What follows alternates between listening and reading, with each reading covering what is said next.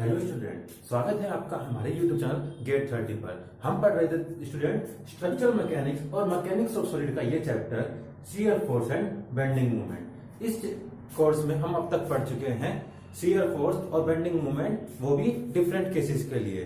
किसके लिए? Simply supported beam पर। आज हम शुरू करेंगे कैंटिलीवर बीम के लिए। कैंटिलीवर बीम पर जब पॉइंट लोड लगा हो, यूडीएल लगा हो, तब उसका शियर फोर्स डायग्राम और बेंडिंग मूवमेंट डायग्राम कैसे ड्रॉ करते हैं। इससे पहले के नॉलेज के लिए आप इससे पहले के लेक्चर जरूर देखें जो अभी पहली बार इस लेक्चर में आए हैं। चलिए शुरू करते हैं नेक्स्ट न्यूमेरिकल, कैंटिलीवर पर बेस्ड नेक्स्ट न्यूमेरिकल।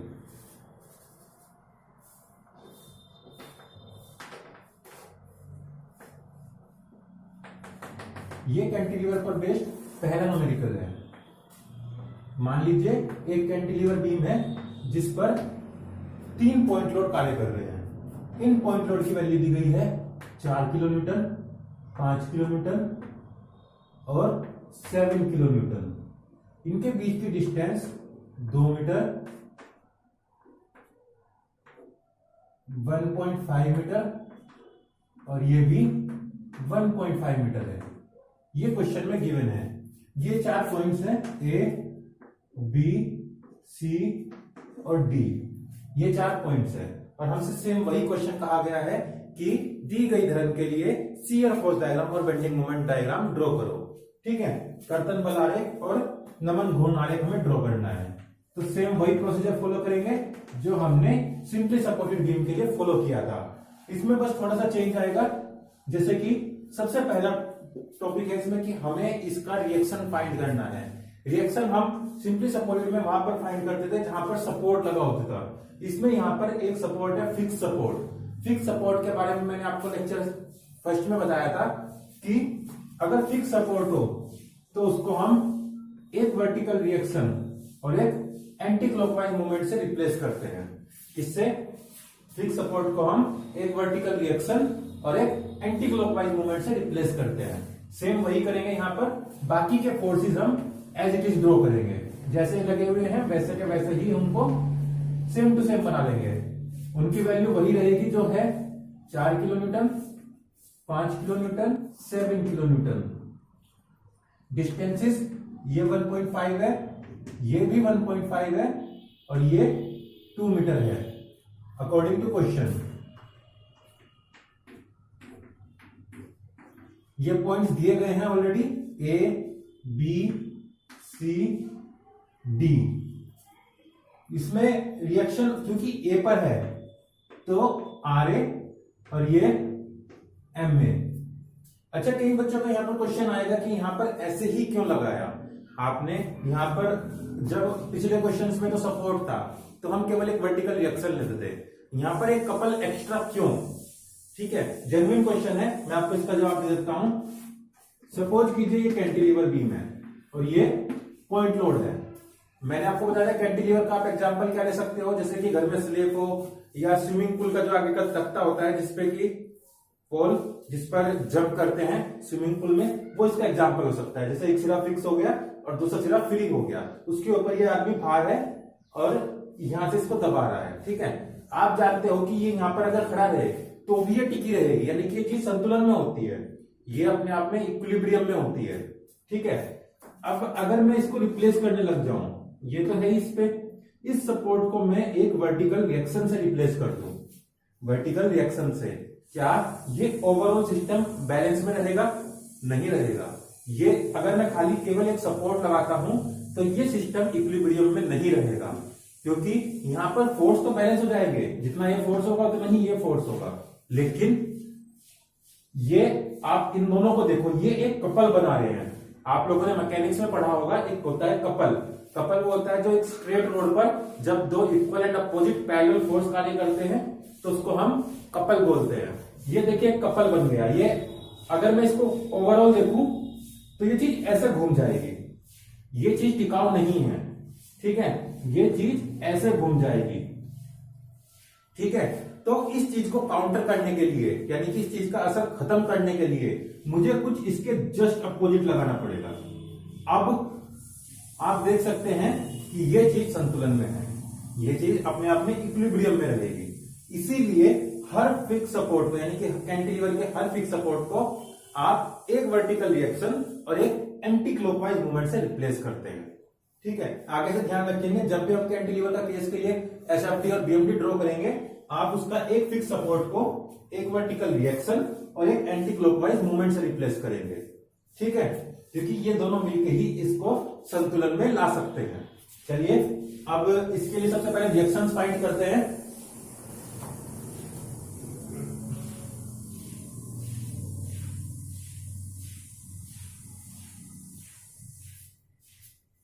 कैलकुलेशन का प्रोसीजर सेम रहेगा।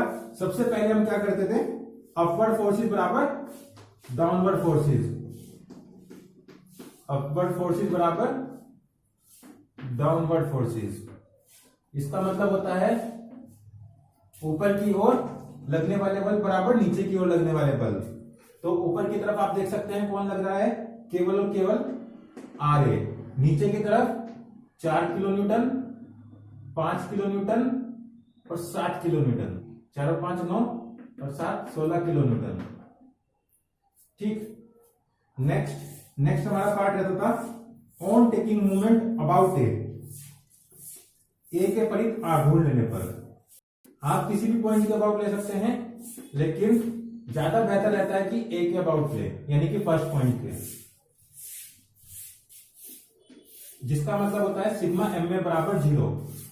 किसी पॉइंट के अबाउट मूवमेंट लेंगे तो टोटल 0 ही आएगा।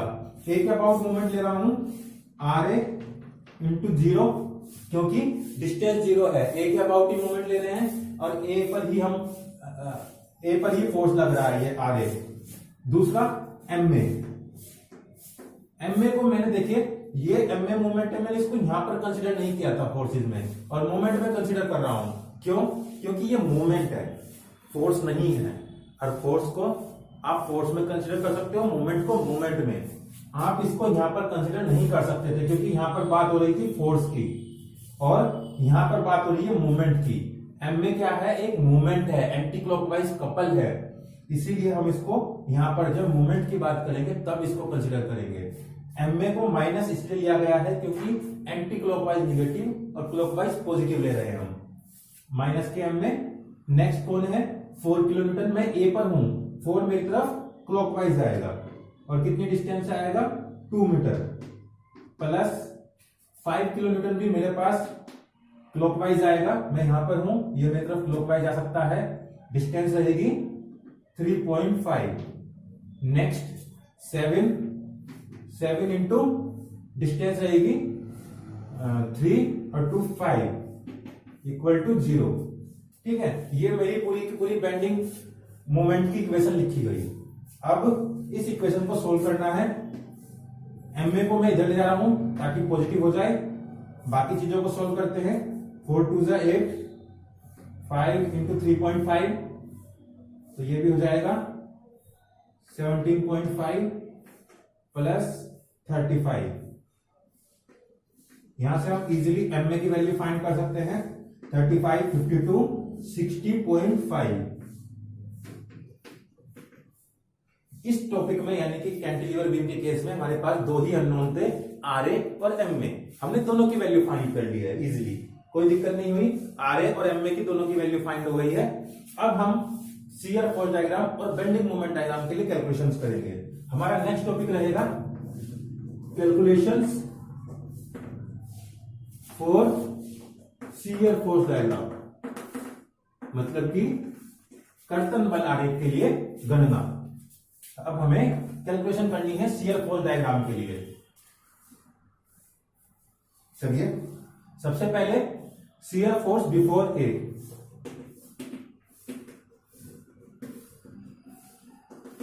यानी कि ए से पहले कर्तन बल। सेम प्रोसीजर जो हमने सिंपली सपोर्टेड के लिए फॉलो किया था वो यहां पर भी फॉलो करेंगे। और एक बात ध्यान रखना, इसका ये जो एंटी क्लॉकवाइज कपल है इसका पूरे शियर फोर्स डायग्राम में कोई जिक्र नहीं होगा। क्यों नहीं होगा? क्योंकि ये क्या है, शियर फोर्स डायग्राम, कर्तन बल आरेख।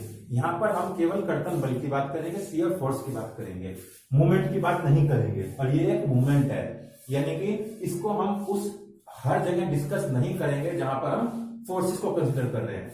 ये एक मूवमेंट है और मूवमेंट के टाइम पर ही कंसिडर होगा। शियर फोर्स बिफोर ए से पहले कर्तन बल नहीं है अर्थात 0। शियर फोर्स एट ए यानी कि ए पर कर्तन बल, आप देख सकते हैं ए पर कर्तन बल लगा है आर ए, जिसका वैल्यू आ रहा है 16 किलो न्यूटन। ठीक, तो ये 16 आएगा माइनस में, क्योंकि मैंने आपको बताया है upward negative, downward positive. Second point, shear force before, next point क्या है, B. Shear force before B, B से पहले भी यही आएगा 16 किलो न्यूटन एट बी। देखिए बी से पहले केवल यही है आर ए, एम ए को कंसिडर करना ही नहीं है, तो बस ये आर ए ही बचा। बी पर आ जाइए, -16 तो है ही है, बी पर जो फोर्स लगा है उसको भी कंसिडर करना है यहां पर, प्लस के 4 प्लस, क्योंकि डाउनवर्ड पॉजिटिव है, तो ये हो गया माइनस के 12 किलो न्यूटन। थर्ड, सी, शियर फोर्स बिफोर सी,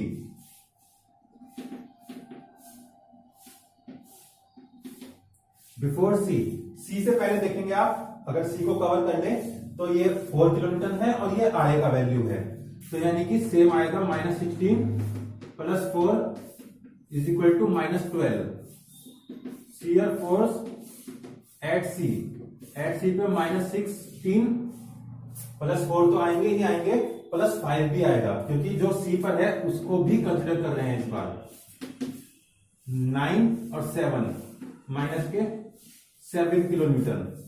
नेक्स्ट और last point, D, shear force before D, shear force eight D.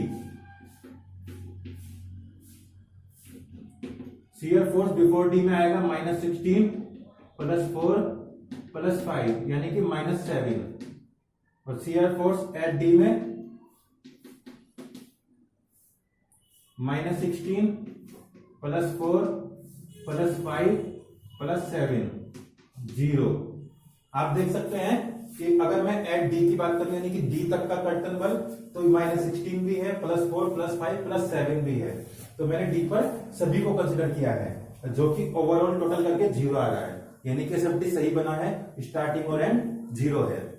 ठीक है, तो हमारा शियर फोर्स डायग्राम का कैलकुलेशन बिल्कुल सही है।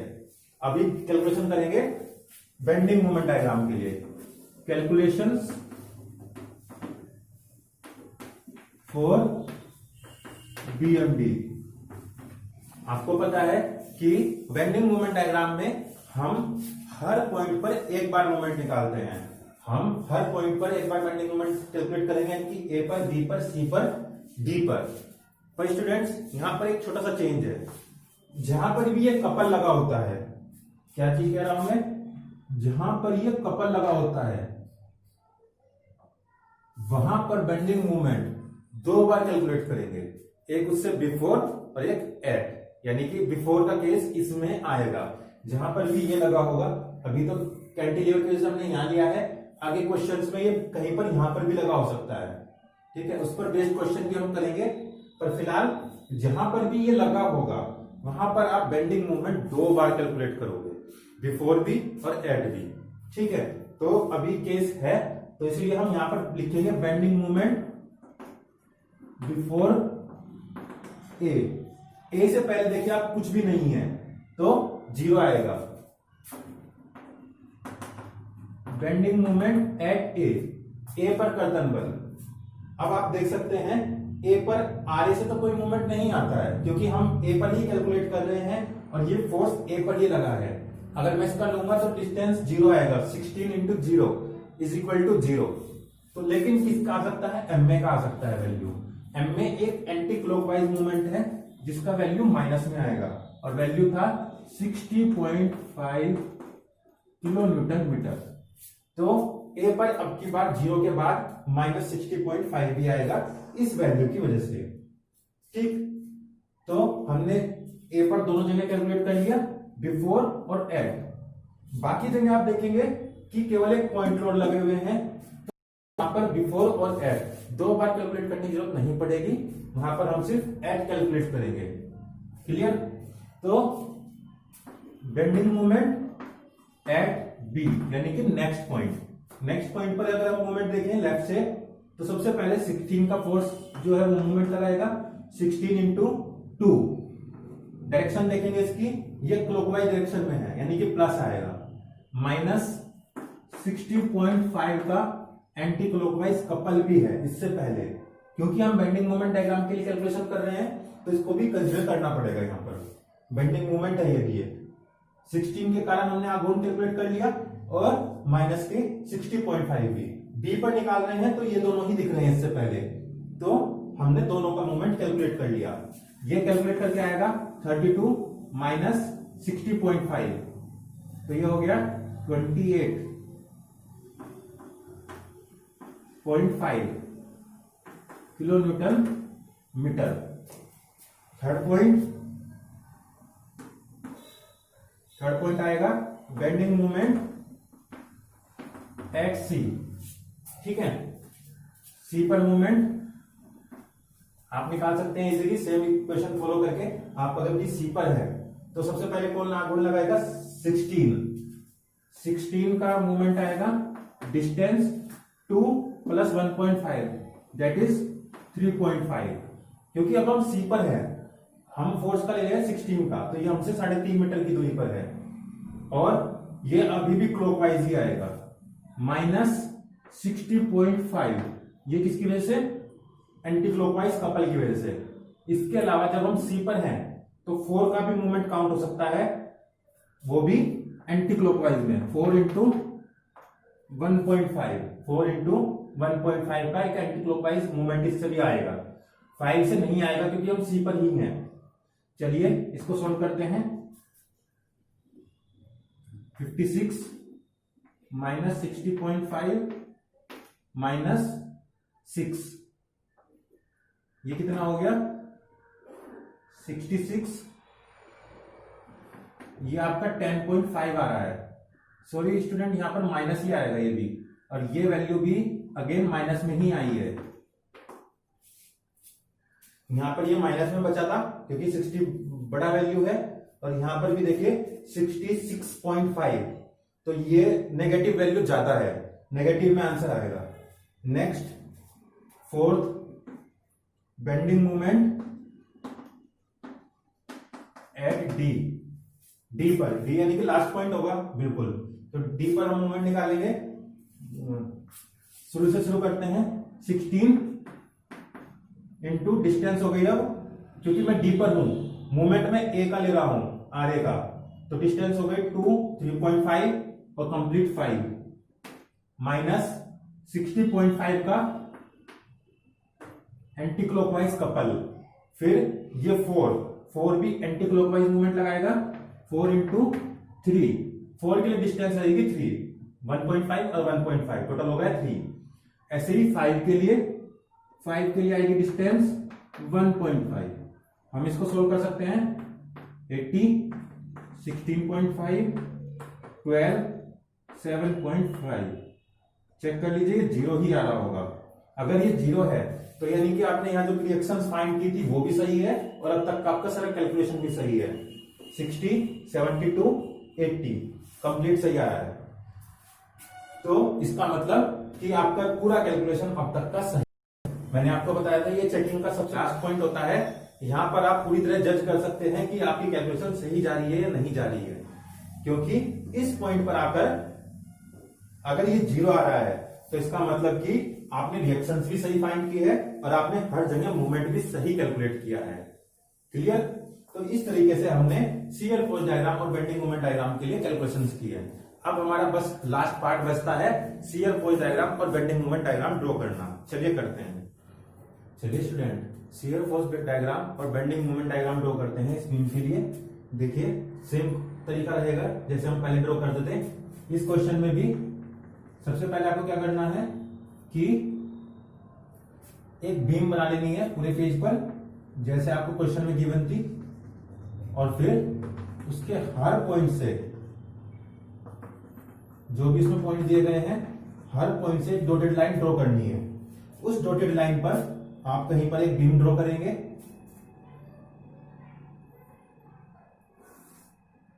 और इसको नेमिंग सेम देंगे, यानी कि ए बी सी डी जैसे आपको पॉइंट ऊपर है वैसे ही पॉइंट्स आप इसमें मेंशन करेंगे। अभी इसके बाद आपका क्या पार्ट रहता है कि आप इसमें वैल्यू मार्क करेंगे। जो आपने ये पूरा कैलकुलेशन किया है शेयर फोर्स डायग्राम के लिए, आप इसको पूरा वैल्यू को मार्क करेंगे। जैसे कि ए पर 0 वैल्यू है और -16 है। आप देख सकते हैं कि शेयर फोर्स डायग्राम में हर पॉइंट पर 2-2 वैल्यू है, तो हम हर पॉइंट पर 2-2 वैल्यू मार्क करेंगे। पॉजिटिव वैल्यूज ऊपर, नेगेटिव नीचे और 0 इस लाइन पर। तो सबसे पहले ए पर 0 है, दूसरी वैल्यू -16 है, तो हम इसको कहीं पर अप्रोक्स करके मार्क कर लेंगे। -16 नीचे आ गए तो अपने आप ही माइनस हो गया। दूसरी वैल्यू बी पर है, सेम 16 ही है, तो ये भी 16 हो गया। बी पर दूसरी वैल्यू 12 है, थोड़ा ही कम रह गया, तो यहां पर हम 12 मार्क कर लेंगे, ये 16 था माइनस के। सी पर पहली वैल्यू 12 है, यानी कि बिल्कुल इतना ही 12, और सी पर दूसरी वैल्यू है 7 यानी कि इसका भी लगभग हाफ। डी पर पहली वैल्यू 7 है, तो हम उसको 7 मार्क करेंगे और लास्ट वैल्यू है 0। ठीक है, अब आप टेबल को फॉलो करेंगे। आप देख सकते हैं पूरी बीम पर पॉइंट लोड है। पॉइंट लोड के केस में हम एसएफडी को क्षैतिज रेखाओं से मिलाते हैं, हॉरिजॉन्टल लाइन से मिलाते हैं।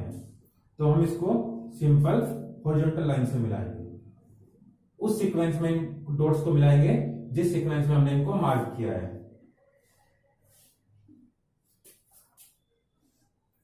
आप खुद देखेंगे कि ये हॉरिजॉन्टल आ रही है वैसे भी। ठीक है, तो ये सही है, ये आपकी एसएफडी तैयार हो गई। इसी को हम बोलेंगे एसएफडी। इसी तरीके से हम बीएमडी ड्रॉ कर सकते हैं। बीएमडी के लिए ऐसे एक बीम ड्रॉ की, इसमें भी 4 पॉइंट यानी कि जो क्वेश्चन में गिवन है वही पॉइंट्स मार्क किए, और उसके बाद वैल्यूज मार्क करेंगे। इस कैलकुलेशन के अंदर हमारे पास सिर्फ ए पर 2 वैल्यूज हैं और बाकी सब पर एक एक वैल्यू है। बी और सी और डी पर एक एक वैल्यू है, तो कोई बात नहीं, हम ए पर 2 ही वैल्यू मार्क करेंगे। पहली 0 है, दूसरी 60.5 है, अप्रोक्स यहां पर ले लेते हैं, माइनस के हैं इसलिए नीचे आए हैं 60.5। दूसरी वैल्यू है 28.5, अप्रोक्स हाफ, तो इसको यहां पर मार्क कर लेते हैं। ये वैल्यू बी पर है इसीलिए बी पर मार्क किया है। सी पर वैल्यू है 10, इससे और भी ज्यादा कम, और लास्ट वैल्यू है 0, तो हमने चारों वैल्यूज मार्क कर ली है। अब देखिए, अब इनको मिलाने के लिए फिर से वही टेबल फॉलो करेंगे। जब पॉइंट लोड होता है, पॉइंट लोड के केस के लिए आपको क्या बता रहा है कि बीएमडी में स्ट्रेट लाइन आएगी, इंक्लाइन लाइन आएगी। आप इसको इंक्लाइन लाइन से मिलाएंगे।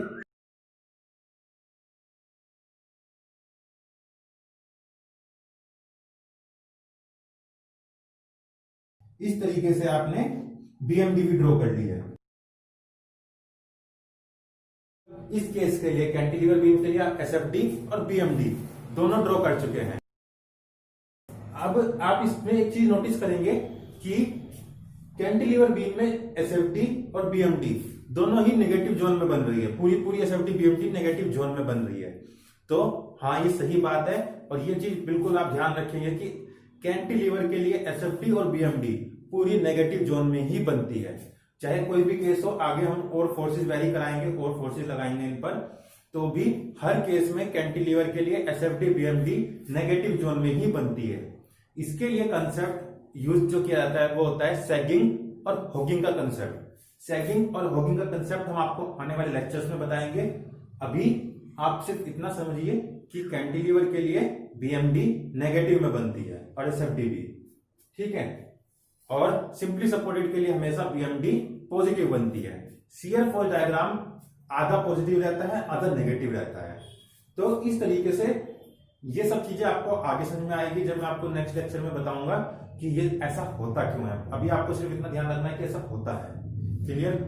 आगे के लेक्चर्स में हम इस पर बेस्ड और न्यूमेरिकल करेंगे। मिलते हैं नेक्स्ट लेक्चर में, तब तक के लिए धन्यवाद।